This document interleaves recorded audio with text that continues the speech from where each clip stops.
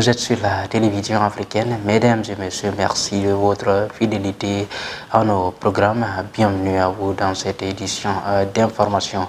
Au sommaire, suite à la condamnation des députés du PUR dans l'affaire Mindiaye Nibi, le collectif des avocats de la plaignante a réagi. Maître Souleymane Soumaré déclare que la peine qui a été rendue intéresse beaucoup plus le parquet qui avait requis 2 ans de prison ferme. Inédit à Touba, la police et la gendarmerie lâchent plus de 100 éléments pour veiller au respect des interdits du khalife général. Nous irons à Touba pour les explications.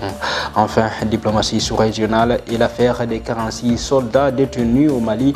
Malgré l'ultimatum passé, la CEDEAO ne compte pas sanctionner le Mali dans l'immédiat. Les pages internationales et sportives viendront clôturer ce journal. Bonsoir et bienvenue à tous.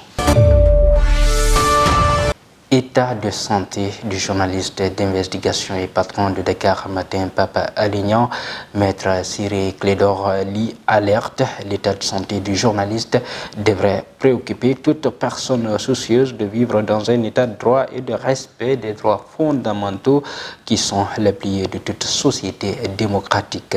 Et surtout, l'avocat révèle que Papa Alignan aurait eu un malaise ce lundi aux environs de 16 heures et a perdu son poids et ses capacités. Comme annoncé dans le sommaire, le collectif des avocats de la députée Mindiaye Nibi a réagi suite à la décision du tribunal des flagrants délits de Dakar de condamner les 2 députés du PUR que sont Massata Samb et Mamadou Niang.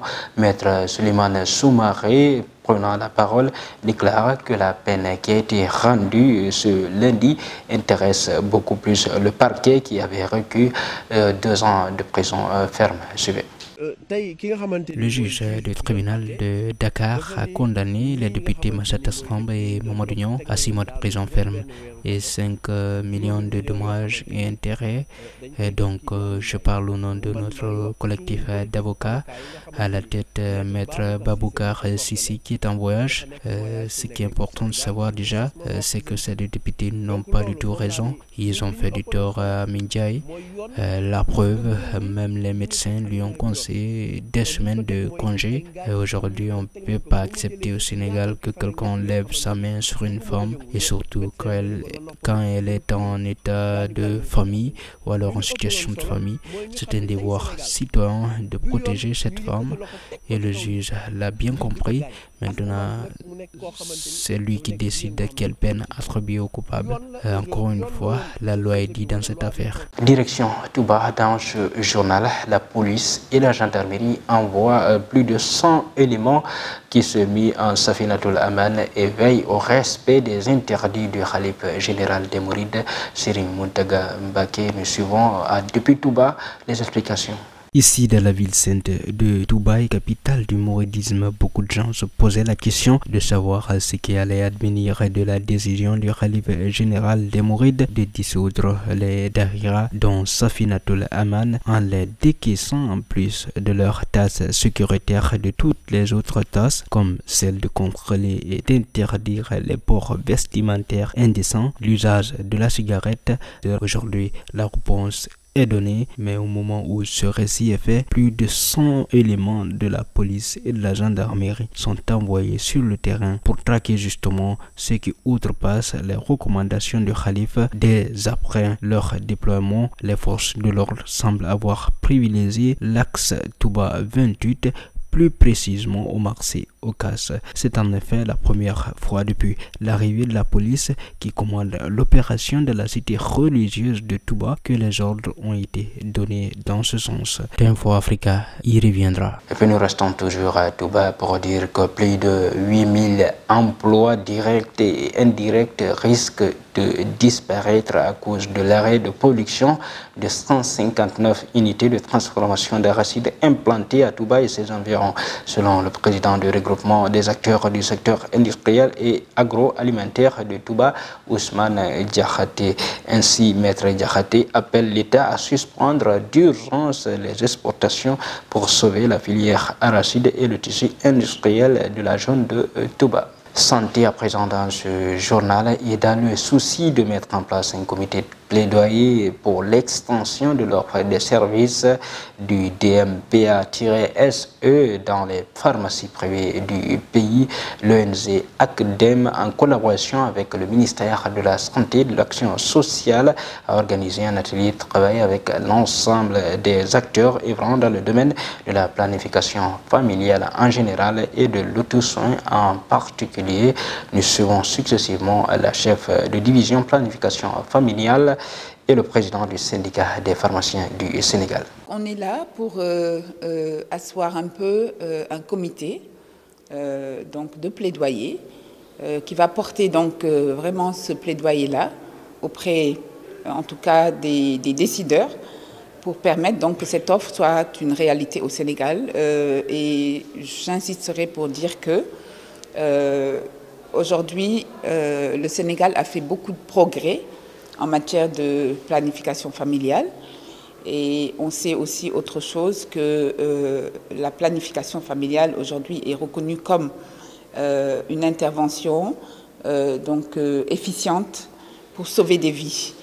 Donc, puisqu'on sait que à partir de donc, cette planification familiale, on peut arriver à la réduction donc, de la mortalité maternelle de 15 à 20%, mais aussi nous pouvons arriver aussi à la réduction de la mortalité donc, infanto-juvénile jusqu'à 30%.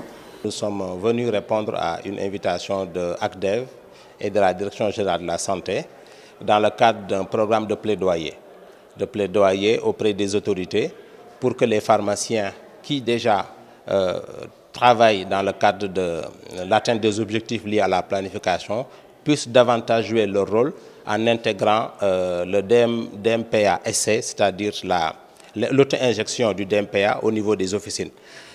Pourquoi ce plaidoyer est nécessaire? Parce qu'aujourd'hui, les pharmaciens ont la capacité de le faire, mais il y a quelque chose qu'il faut faire au niveau de la réglementation pour lever des obstacles. En tant qu'acteur de la santé, le pharmacien doit accompagner l'État dans tout programme qui lui permette d'atteindre les objectifs, surtout les objectifs qui concernent la santé de la mère et de l'enfant, la santé de la jeune fille et la santé de l'adolescente. Diplomatie sous-régionale, je vous le disais dans le sommaire, la CEDEAO avait donné jusqu'au 1er janvier 2023 au Mali pour libérer les 46 militaires ivoiriens accusés par Bamako d'être des mercenaires. Mais la date est désormais passée. Les 46 soldats qui ont été d'ailleurs condamnés à 20 ans de réclusion criminelle n'ont pas été libérés. Pour autant, la CEDEAO ne compte pas sanctionner le Mali. Le récit de nos confrères d'Africa News. Des diplomates de la CEDEAO ont révélé qu'il n'y aura pas de sanctions contre le Mali dans l'immédiat, et ce, malgré le fait que l'ultimatum de l'organisation régionale requérant la libération des 46 soldats ivoiriens avant le 1er janvier n'ait pas été respecté. Accusés d'être des mercenaires par Bamako, les militaires ont été condamnés à 20 ans de réclusion criminelle. Interrogés par un média français, ces diplomates de la communauté économique des États d'Afrique de l'Ouest ont expliqué l'absence de sanctions immédiates par la volonté de ne pas créer de nouvelles tensions. Ils ont constaté notamment l'amélioration des relations entre le Mali et la Côte d'Ivoire, les deux pays ayant signé un mémorandum, tout en observant la bonne volonté des autorités de Bamako qui ont convoqué une cour d'assises spéciale avant la fin de l'ultimatum. De plus, un processus qui pourrait conduire à une grâce présidentielle a été enclenché à Koulouba, siège du palais présidentiel malien. Les avocats de la défense ont déposé un acte de non-pourvoi afin d'attester qu'ils renonçaient à exercer toute voie de recours. Maintenant, place à l'actualité internationale que nous démarrons aux Comores. Des étudiants sont en grève pour dénoncer leurs conditions de vie. Et puis en France, les Kurdes d'Europe rendent hommage aux morts de la fusillade à Paris. Enfin, au Brésil, le président Lula da Silva se recueille devant le cercueil du roi Pelé. Nous suivons. Aux Comores, des étudiants ont manifesté ce lundi sur le campus de Mvouni, le plus important du pays, pour dénoncer les mauvaises conditions dans lesquelles ils vivent. À une dizaine de jours des examens du premier semestre, les manifestants demandent également que leurs représentants soient changés. La main sur le cœur, les étudiants ont entonné l'hymne national au moment de lancer la manifestation. Deux toilettes pour plusieurs milliers d'étudiants, une mutuelle de santé toujours attendue alors qu'on est en milieu d'année universitaire, des problèmes liés à la capacité d'accueil l'accueil et à la transmission des cours, ou encore des représentants étudiants jugés proches de l'administration et insensibles aux problèmes de leurs collègues. Tels sont les griefs des manifestants. Et puis, les Kurdes se réunissent ce mardi dans le Val d'Oise à Villiers-le-Bel pour une cérémonie de funérailles des 3 victimes tuées rue Deguen à Paris fin décembre dans une fusillade à caractère raciste. Une façon pour la communauté de rendre un dernier hommage aux 3 victimes tout en demandant à la France de continuer à les protéger. Enfin, le président brésilien Luiz Inácio Lula da Silva rendu ce mardi 3 janvier un dernier hommage appelé en se recueillant devant le cercueil du légendaire footballeur au stade de Santos. L'hélicoptère blanc du président s'est posé dans le stade voisin à celui de la Villa Belmiro. Lula était accompagné de son vice-président Geraldo Alckmin. Lula, qui est entré en fonction dimanche à Brasilia, a présenté ses condoléances à la veuve de Pelé en arrivant sous le vent où est exposé le cercueil dans le stade où le roi a brillé sous le maillot du FC Santos. Place à la page sportive et CHAN 2023 pour démarrer. Muntaro Baldé, ses partenaires déterminés à ramener la coupe à la maison. Le football local est sous-coté, affirmation du président de la Fédération sénégalaise de football, maître Augustin Senghor. Enfin, Mercato et le vieux continent avec la blessure de Mike Maignan. Le Milan AC pense à Edouard Mendy pour un accord à court terme. Nous suivons le point. Les joueurs sénégalais retenus pour la 7e édition du championnat d'Afrique des Nations ont réagi à la fin de la cérémonie de réception du drapeau national organisée hier au siège du ministère des Sports. Ils ont affiché leur ambition pour cette compétition. Muntaro Baldé, capitaine de l'équipe nationale locale du Sénégal, et ses coéquipiers vont défendre les couleurs de la nation en Algérie à l'occasion du championnat d'Afrique des Nations qui est prévu du 13 janvier au 4 février prochain. Les Lions locaux, très déterminés à réaliser un parcours exceptionnel, estiment être suffisamment armés pour rentrer avec le trophée. Ça fait longtemps que nous préparons cette compétition du CHAN. Après s'être qualifiés devant la Guinée qui avait longtemps été éliminée, nous voilà qualifiés. Nous n'allons pas aller en Algérie pour faire de la figuration. Nous avons un groupe capable de faire de bonnes choses dans cette compétition, a déclaré le capitaine Muntaro Baldé. Et puis le patron du football sénégalais, maître Augustin Senghor, estime que le championnat sénégalais n'est pas reconnu à sa juste valeur. Absente au CHAN depuis belle lurette, l'équipe nationale locale représente le championnat sénégalais et va faire son retour dans cette compétition 11 ans après. Un pas de plus pour le football local qui émerge malgré les nombreuses déroutes des clubs sénégalais en compétition interclub. Pour Augustin Senghor, le président de la Fédération sénégalaise de football, le football local, de par sa régularité et ses talents, mérite plus de reconnaissance. Vous devez être les ambassadeurs de football local dont j'estime qu'il est sous-coté parce qu'il y a des indices marquants comme notre absence dans le quota des clubs qui brillent, mais aussi notre absence prolongée au CHAN. Enfin, un manque de temps de jeu à Chelsea, Edouard Mendy est pisté par le Milan AC pour ce mercato d'hiver. Le club rossoneri va trouver un accord à court terme avec Edu pour remplacer Mike Maignan, actuellement blessé. En Serie A italienne où le mercato d'hiver a officiellement ouvert ce lundi 2 janvier, les clubs sont déjà en train de faire des manœuvres pour attirer les joueurs. Actuel deuxième de la Serie A, le Milan AC, qui a perdu sur blessure son gardien titulaire Mike Maignan, cherche actuellement un remplaçant au portier français. Ainsi, selon goal.com, les dirigeants rossoneri ont opté pour tenter le coup d'Edouard Mendy, relégué au poste de deuxième gardien à Chelsea. Mesdames et messieurs, voilà qui met fin à cette édition d'information. Tout le plaisir a été pour moi de vous servir.